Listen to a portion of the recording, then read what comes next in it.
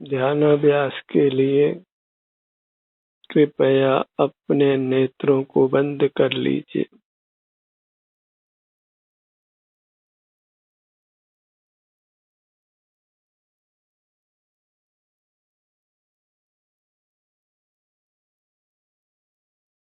अपना मुख अपनी ओर कीजिए।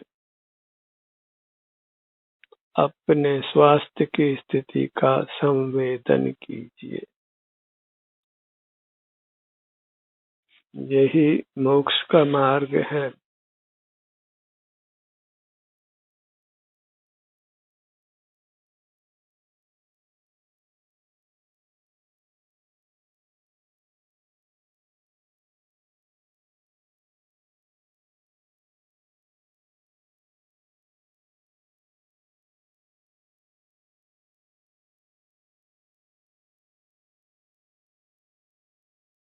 इंद्रिय ज्ञान का निरोध कीजिए।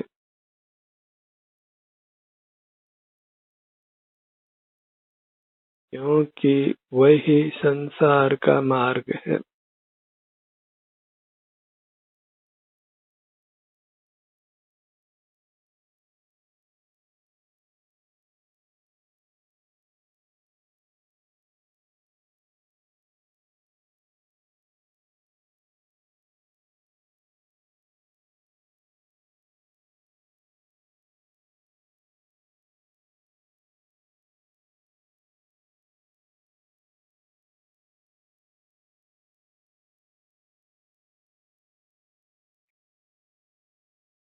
जीव के पास संसार मार्ग और मोक्ष मार्ग दोनों हैं। इंद्रिय ज्ञान से जीना संसार मार्ग है और अपने शारीरिक सुख दुख का अनुभव करना वह मोक्ष का मार्ग है। जीव बहुलता से इंद्रिय ज्ञान में रहते हैं, इसलिए बहुलता से दुख पाते हैं।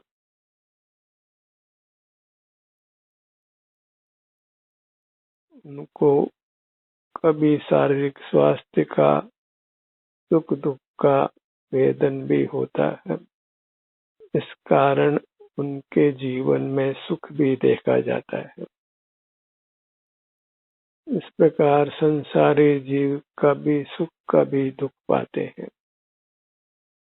इंद्रिय ज्ञान के कारण दुख पाते हैं और अपने शारीरिक सुख दुख के संवेदन से सुख पाते हैं। और ये कार्यक्रम इसलिए प्रायोजित है कि हम इंद्रिय ज्ञान को कम करते जाएं और स्व संवेदन को बढ़ाते जाएं। इंद्रिय ज्ञान से हम मूर्त पदार्थों को देखते जानते हैं। वह मूर्त पदार्थों की सीमाओं में अतिक्रमण रूप है, जिसका हमें दंड भोगना पड़ता है।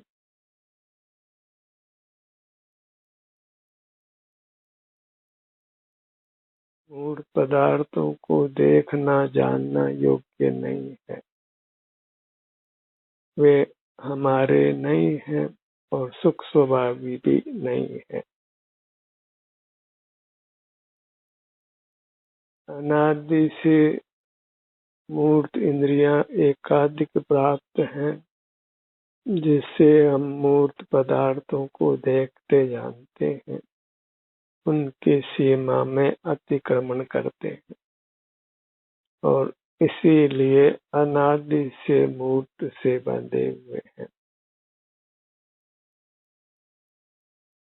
मूर्त पदार्थों को देखने जानने रूप जो हमारी प्रवृत्ति रही है, उसको ही लगाम देना है और उसको लगाम देने से स्वतः ही हमारा संवेदन होने लगता है, जो सुखी होने का मार्ग है। मूर्त शरीर के बंधन से मुक्त होने का मार्ग है। वही मोक्ष को प्राप्त करना है।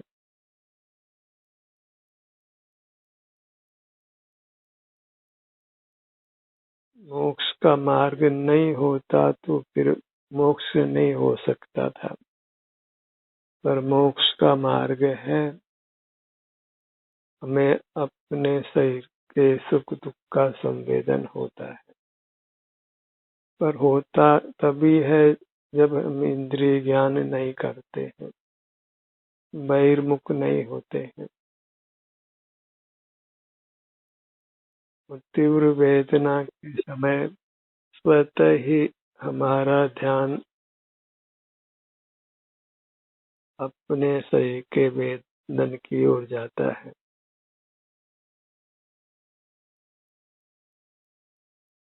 इस प्रकार दुख स्थायी नहीं रहता है। दुख के बाद सुख, सुख के बाद दुख, इस प्रकार संसार में ये क्रम चलता रहता है।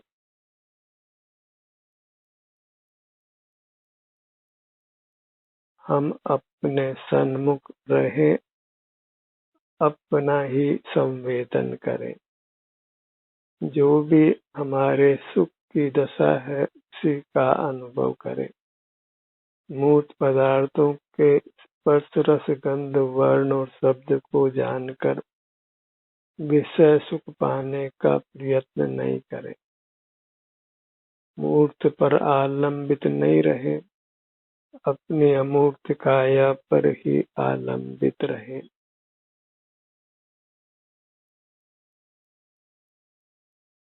और सुखी होने का दूसरा कोई उपाय तीनों काल नहीं है, क्योंकि सुखी होने के हमने नाना उपाय किए हैं।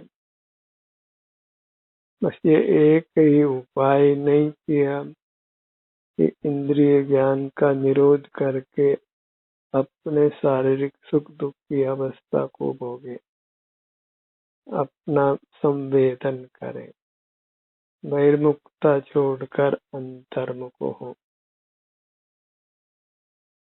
संसारी प्राणियों का सबका ये अनुभव है कि वे बहुधा बहिर्मुख रहे हैं और आज भी बहुधा बहिर्मुख रहते हैं, और ये भूल अनादि से चली आ रही है और हमको अपने भूल का होश भी नहीं है। मोक्ष मार्ग क्या है इसका बोध नहीं है, तो ये बोध होना ही दुर्लभ है। क्योंकि हम देखते हैं कि संसार में नाना जीव हैं और उनको ये बोधि नहीं है कि मोक्ष मार्ग क्या है। बाहर ही बाहर सुख पाने का प्रयत्न करते हैं और हम दुखों से सर्वथा मुक्त नहीं होते हैं, दुख सुख में ही झूलते रहते हैं।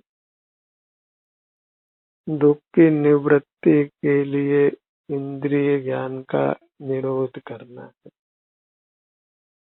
अपने अनुभव रूप रहना है, और बीच बीच में जो उपयोग इंद्रिय ज्ञान रूप हो जाता है तो उसको कम करते जाना है, अर्थात अपने सन्मुखता को निरंतर बनाना है। क्योंकि हमको निरंतर सुख चाहिए तो अपने सन्मुख भी निरंतर रहना है, बहिर्मुखता को कोई अवकाश नहीं है। थोड़े समय अंतर्मुख रह ले और फिर बहिर्मुख रहे, इस प्रकार कदापि मोक्ष नहीं हो सकता है। हमें निरंतर अपने सन्मुख रहना है। घंटा, 2 घंटा, मिनट, आधा मिनट, सेकंड, ये कोई समाधान नहीं है। निरंतर स्व संवेदन चाहिए। बहिर्मुखता को बिल्कुल भी अवकाश नहीं हो। बहिर्मुखता के लिए अपने हृदय में कुछ भी कोना खाली नहीं रखना है, उसको मूल से ही नष्ट करना है कि उसका पुनर्जन्म नहीं हो। जैसे वृक्ष को मूल से उखाड़ देते हैं तो उसका पुनर्जन्म नहीं होता है, ऐसे ही हमको बहिर्मुखता को मूल से ही उखाड़ना है, फिर पुनः बहिर्मुखता नहीं हो। निरंतर अपने अमूर्त काया के संवेदन रूप रहना है। ऐसी भावना भाइये, ऐसा ही संकल्प कीजिए और ऐसा ही प्रयत्न कीजिए, क्योंकि आपको अपने अमूर्त शरीर की ही शरण है। जब भी तकलीफ बासित हो, अपने इस अमूर्त काया की शीतल छाया में आ जाइए, इसके शरण में आ जाइए। दुख निवृत्ति का, सुख पाने का साधन आपका अमूर्त शरीर है, उसका संवेदन है। इस मोक्ष मार्ग को भुलाना नहीं, क्योंकि इस मोक्ष मार्ग का बोध नहीं होने से ही हम अनादि से जन्मते और मरते आए हैं।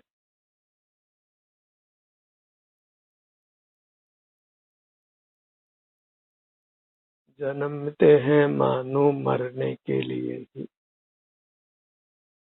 वह जन्मना निस्सार है जिसके पश्चात मरण हो, वही जन्म सार्थक है जिसके पश्चात मरण में निर्वाण होता है। आप अपना जन्म मना सकते हैं यदि आपने इसी भव में निर्वाण पाने के लिए कमर कसी है, तो फिर आपका जन्म बनाना सार्थक है। वह जन्म अच्छा है जिसके बाद निर्वाण पाया जाए, अन्यथा तो कोई जन्म अच्छा नहीं। जन्मना और मरना यही भयावह संसार है, भला इसको कैसे मनाया जा सकता है। फिर भी आप अपने जन्म को मना सकते हैं यदि आपने प्रतिज्ञा ली है पुनः जन्म नहीं पाने की, निर्वाण पाने की, उसके लिए सतत अंतर्मुख रहने की, निरंतर अंतर्मुख रहने की, जहाँ बहिर्मुखता को पल भर भी अवकाश नहीं है, स्वीकृति नहीं है। मुझे पल भर के लिए भी बहिर्मुख नहीं होना, निरंतर अपने सन्मुख रहना है।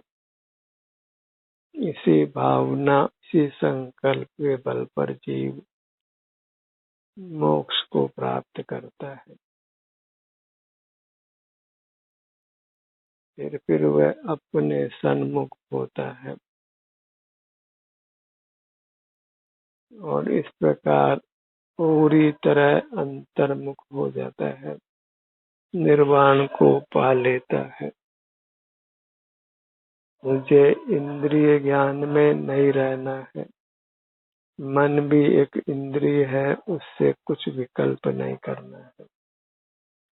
वैसे तो इंद्रियों का व्यापार बंद करते, मूर्त पदार्थों का देखना जानना बंद कर दे, मूर्त पदार्थों का स्मरण भी नहीं करें, तो फिर मन को कोई विषय नहीं मिलता है, विचार करने को कोई विषय नहीं मिलता है। इंद्रिया और मस्तिष्क ही मन को विचार करने का मूर्त विषय देते हैं।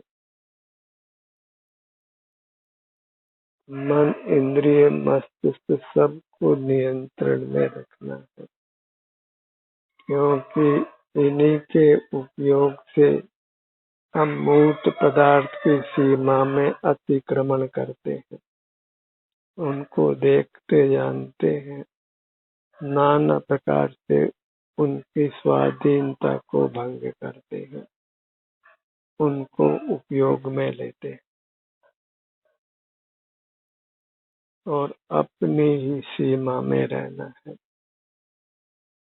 अपने स्वास्थ्य की स्थिति का संवेदन करते हुए रहना है। मुझे तो मोक्ष दशा ही चाहिए, मूर्त का बंधन मुझे स्वीकार नहीं है, मूर्त पदार्थों को देखना जानना मुझे स्वीकार नहीं है, उनका किसी भी प्रकार से सेवन करना मुझे इष्ट नहीं है। सर्व प्रकार से मूर्त पदार्थों को नकारना है और अपने अमूर्त शरीर को स्वीकार करना है।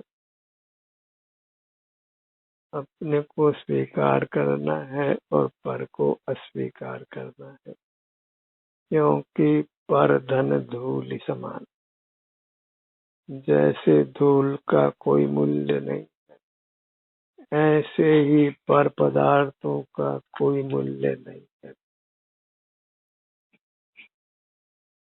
अन्य परमात्मा का भी हमारे लिए कुछ मूल्य नहीं है, क्योंकि पर ही है, उससे दुर्गति ही होती है, सुगति नहीं होती। सुगति स्वद्रव्य के आश्रय से ही होती है, अपने अमूर्त काया के आश्रय से ही होती है।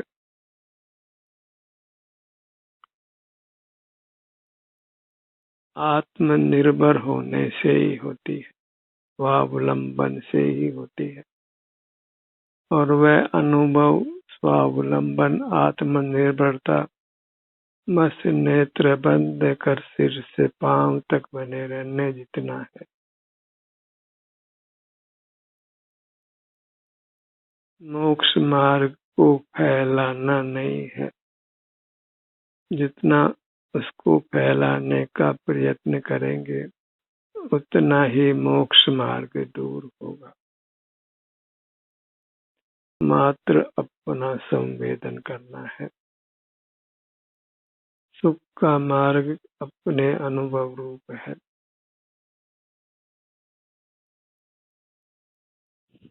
सिर से पांव तक ही बने रहने की प्रतिज्ञा लीजिए, वही यथार्थ प्रतिज्ञा है। शेष सब प्रतिज्ञाएं तो हमने अनंत बार ली है, पर मोक्ष प्राप्त नहीं हुआ। मोक्ष पाने के लिए नाना प्रवृत्तियां की है, एक अपने अनुभव रूप रहने की प्रवृत्ति नहीं की है। जब मोक्ष का कारण ही नहीं दिया गया तो मोक्ष कैसे होने वाला है? इसीलिए कहा ये जीव धर्म के नाम पर बस पुण्य ही करता है और इस प्रकार अपने को ही ठगता है। जो मोक्ष मार्ग नहीं है, सुख का मार्ग नहीं है, उसको सुख का मार्ग मानता है। किसी को धर्मोपदेश देना हो, उपकार करना हो, दया करना हो, तो बस उसको उसकी उपलब्धि करा दीजिए। बाह्य पदार्थों के त्याग से और अपने अमूर्त काया के ग्रहण से मोक्ष मार्ग होता है।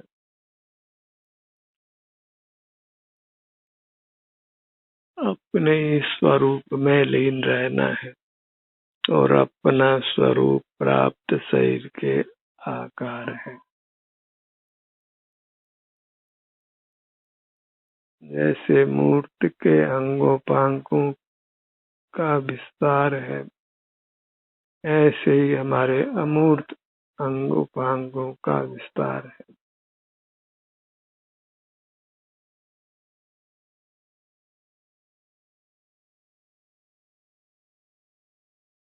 शरीर से जुड़कर रहिए। ये 3 शब्द ही मोक्ष देने के लिए पर्याप्त हैं। नेत्र बंद कर होने वाला स्वसंवेदन। सरल शब्दों में अपने शरीर से जुड़िए, जुड़कर रहिए।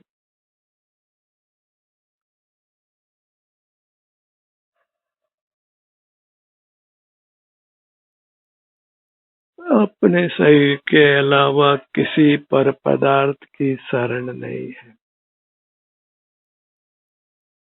और अपनी शरण को पाने के लिए कहीं जाना नहीं है।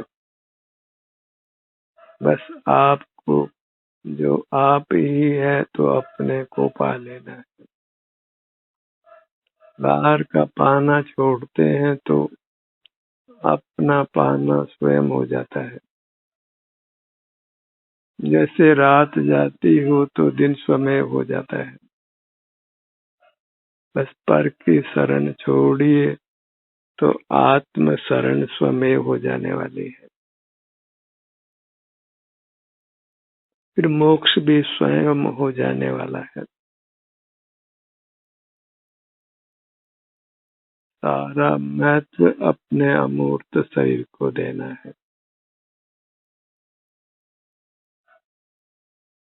अपना अमूर्त शरीर ही विश्व का सर्वोत्तम पदार्थ है। मणि माणक हीरा आदि धातुएं इस चेतन पदार्थ के सामने विष कुंभ ही है, अमृत कुंभ नहीं है।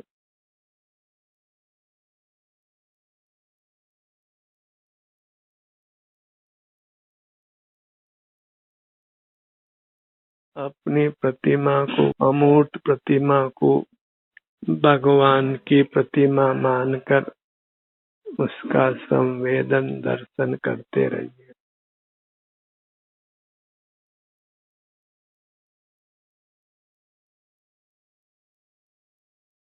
इसने भी अपने को परमात्मा रूप देखा, वह परमात्मा हो गया।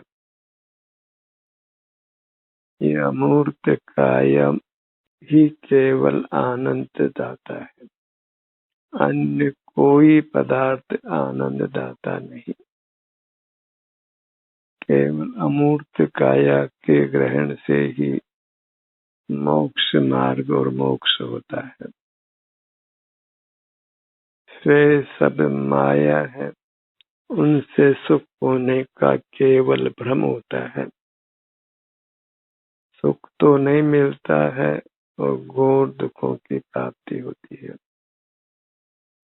और जो सुख मिलता है वह भी अनजाने में हुए स्वसंवेदन से होता है।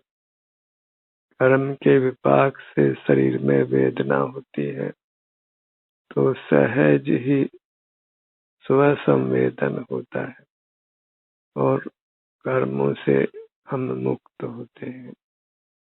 क्योंकि उस स्वसंवेदन को हम निरंतर नहीं करते तो सुख भी फिर निरंतर नहीं रहता है। निरंतर सुख चाहिए तो निरंतर स्वसंवेदन करना है। जितना गुड़ डालो उतना मीठा है, ये स्पष्ट गणित है। संसार मार्ग भी है और मोक्ष मार्ग भी है, चुनाव आपका है। इंद्रिय ज्ञान करने की शक्ति भी प्राप्त है और स्वसंवेदन करने की शक्ति भी प्राप्त है। संसार में नहीं रहना है तो इंद्रिय ज्ञान को छोड़ना है और अपना संवेदन करना है।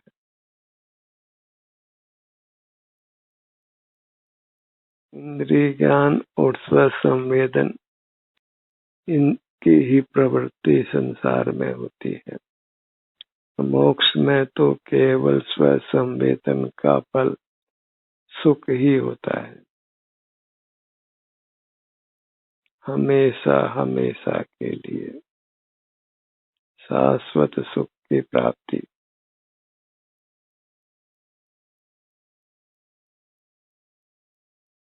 अपनी मूर्त की ही असीम श्रद्धा करनी है, असीम भक्ति करनी है, असीम संवेदन करना है। कितनी सहूलियत है कि एक ही पदार्थ ग्राह्य है, नाना पदार्थों का ग्रहण नहीं करना। एक ही संसार को तार करने की, पार करने की औषधि है, वह अपना संवेदन करना है।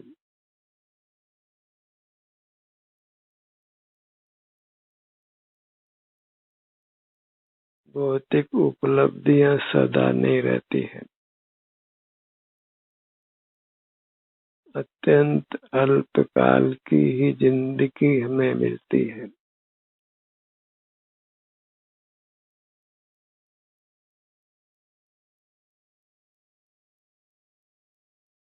अपने ध्यान को अपने मुखमंडल पर लाइए।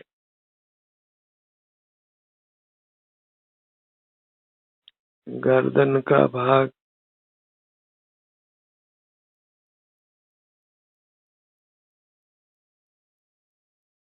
धड़ का भाग, सीना, हृदय, नाभि, पीठ,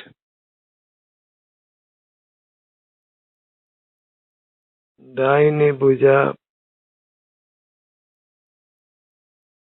दाहिनी हथेली, आगे की भुजा, पीछे की भुजा। स्वानुभव के बिना नहीं रहना है।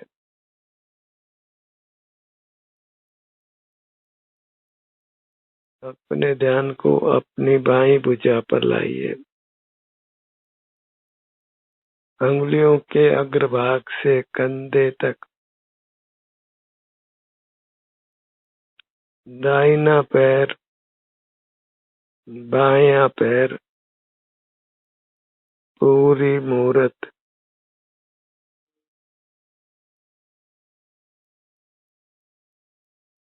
पूरी मूरत प्रभु की मूरत, आनंद की मूरत। सब बाहर की प्रवृत्ति को छोड़कर अपनी इस मूरत को ही ध्याना है, इसी का संवेदन करते हुए रहना है।